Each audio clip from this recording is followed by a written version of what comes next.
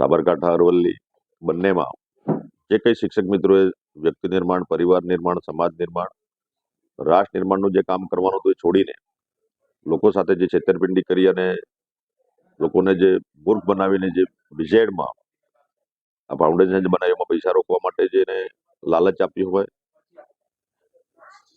એમાં પ્રોત્સાહન આપવાનું કામ કર્યું હોય અને જે ગરીબ લોકો, મધ્યમ વર્ગીય લોકો જેમને આખા જીવનની જે મૂડી હતી એ એમાં વધુ વ્યાજ આપવાની લોભ લાલચ આપીને લોકોને ઠગવાનું કામ કર્યું છે.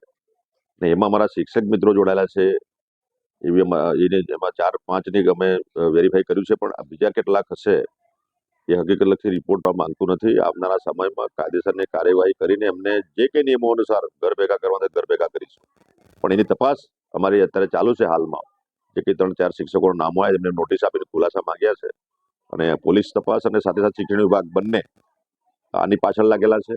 અને ભવિષ્યમાં પણ મારી વિનંતી છે કે આવું ના થાય અને જનતાને પણ મારી નમ્ર અરજ છે કે આપણું સરકારી આટલી બધી યોજનાઓ છે, સરકાર આ યોજનાઓ આપી રહી છે, એનો લાભ લો.